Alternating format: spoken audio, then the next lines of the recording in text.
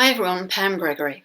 I'm going to be talking to you today about the second half of November and also the full moon that we have in Gemini on the 25th. But again, just as background, I want to remind you about the continuing Uranus-Pluto square, which has been running for over 3 years now and is moving closer to becoming an exact aspect. It won't become exact again, but it will come to within about a degree by the end of December. So we're starting to feel its symbolism again a little more. Now, I've talked a great deal about this over the last 3 years, about it being a very eruptive, unpredictable, unexpected kind of energy. It can bring in disruptions into your life, but it can bring in amazing out-of-the-blue opportunities which can be life-changing, because its purpose is to shake up old stale patterns, to break those up and to shake us up into new ways of being. It's very interesting that Uranus is the planet of awakening, and it also rules, each planet rules a part or several parts of the body, and for Uranus it rules the pineal gland. I found that really interesting. Pluto is the planet of transformation, so together, certainly over the last three and a half years, many people have experienced big shifts in consciousness and big awakenings, and that's always linked to Uranus and Pluto. Another effect, which I've written about a great deal, is about Uranus shining the light of truth on big corporations, big institutions where there's a cover-up, where something is illegal or illicit or not right. It's tucked away. And Uranus will come in like a laser beam. It has great clarity and it wants to get to the truth. And we've seen that in our banking system. We're seeing it in the sports arena at the moment. And I think that's going to continue for a little while. Also, at the later in November, from the 20th to the 23rd, Venus moves into a T-square with that Uranus-Pluto square. And what that will tend to do is, because Venus is in Libra, which is the sign of equality and balance, it will tend to bring to a head any injustices or inequalities in relationships. So if you feel you're in one of those, it may become very strong for you between the 20th and the 23rd.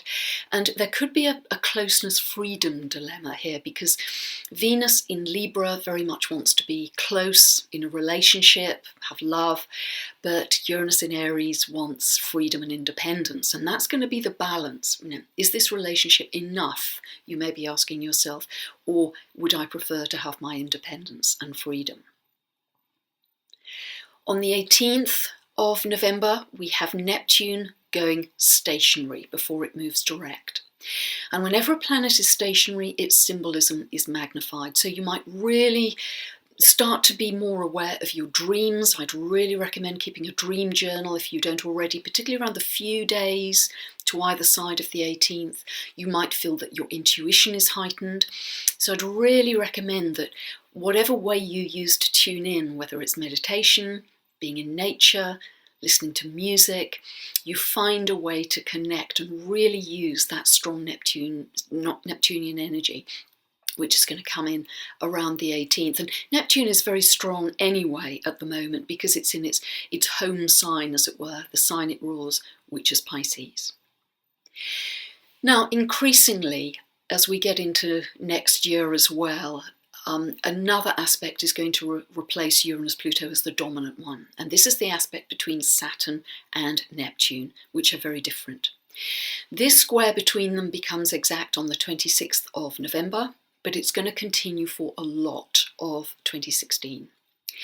Now, there are many possible manifestations of this square, and we're already seeing them in the world. I've written a lot about how Saturn represents walls, borders, boundaries, territorial divisions, that sort of thing, whereas Neptune dissolves those, it undermines those, it erodes those. And it's very interesting that this cycle began in 1989. Saturn and Neptune were then exactly together, they were conjunct. In fact, they were conjunct exactly on the 9th of November 1989, when the Berlin Wall came down. So now we have a very clear and distressing situation in Europe, where we have the migrants, Neptune is the planet most associated with refugees, migrants, the destitute, the homeless, the lost.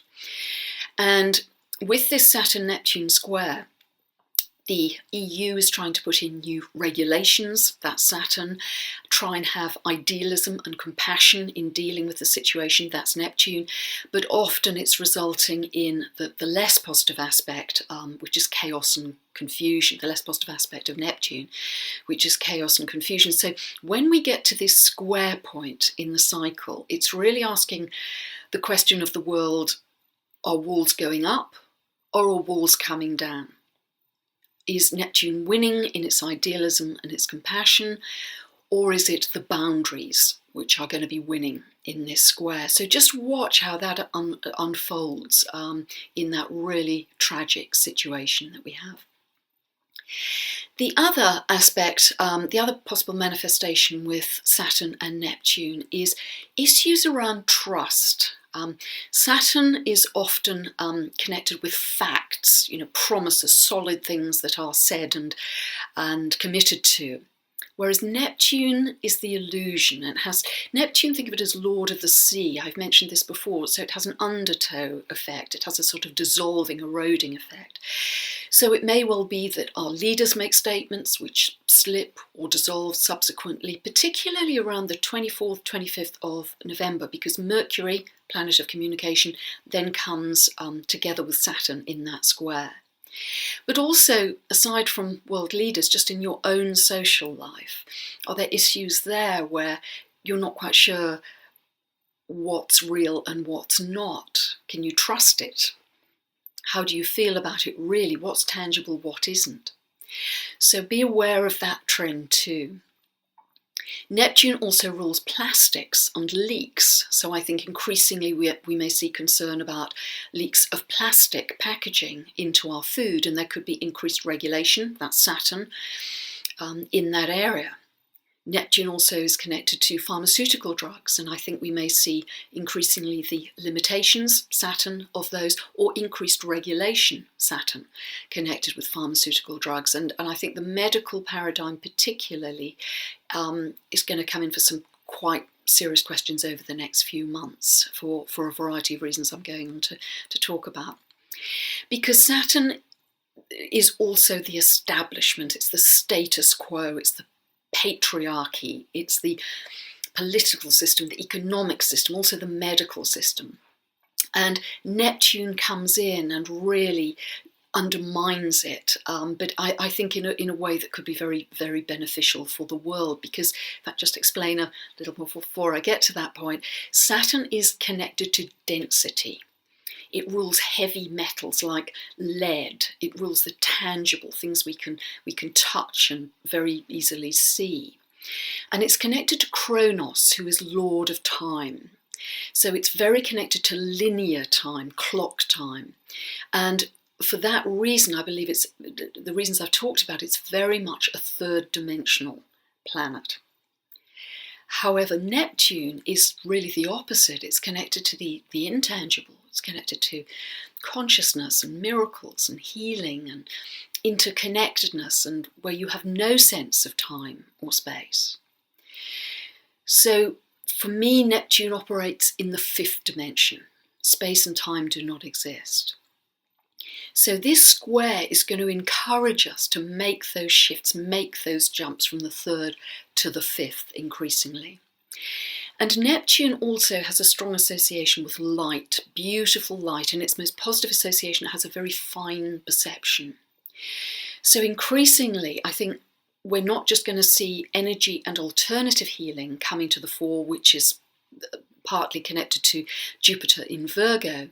We're also going to see light healing, light energy coming to the fore. We're going to see frequency coming up more often as a measurement of health.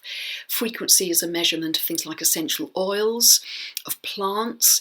We are going to start to really hone down into things like coherence and incoherence in frequency, how that can be generated by us in the world to change the world.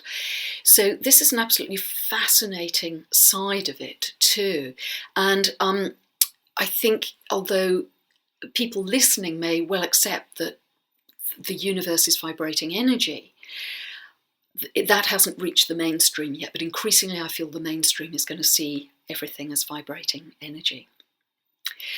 Also, what is going to help that shift is on the 28th of November, Chiron, planet of alternative healing, and the Mystic Bridge become stationary. So again, it can help heal old wounds by that shift in consciousness, that jump in consciousness to see things from a different point of view. Then on the 25th of November at 2:44 p.m. Pacific and 10:44 p.m. UK time, we have a full moon at 3:20 of Gemini. Now this is always a cycle of completion, so see where this falls in your chart, because it can shine a light on issues and reveal issues that you may not have been aware of, but it's also a cycle of completion and culmination. And then finally, some lovely astrological news. For the last week of November, from the 23rd, Jupiter is moving over the eclipse degree. We have the solar eclipse on the 13th of September at 20 degrees of Virgo. Jupiter will be transiting that 20 degrees of Virgo point between the 20th and between the 23rd and the 30th of November. So whatever was starting to unfold for you in September as a big new beginning, Jupiter, planet of expansion, can bring in more wisdom, more abundance, more money in some cases, but also more opportunities for personal growth over that last week in November. So really watch that. It's fascinating to see patterns unfold. And if you'd like more information about my book, my free monthly newsletter, just go to pamgregory.com or thenextstep.uk.com. Or if you don't know where these aspects I've mentioned fall in your chart, you can just check out the link above, or it's also appearing below. That will take you to my store, and you can buy a 2-part video series, which you can refer to for the rest of your days in terms of where aspects fall in your chart and what that means for you. So it's a very rich, busy astrological time, this second half of November. So thank you for listening, and have a wonderful full moon in Gemini.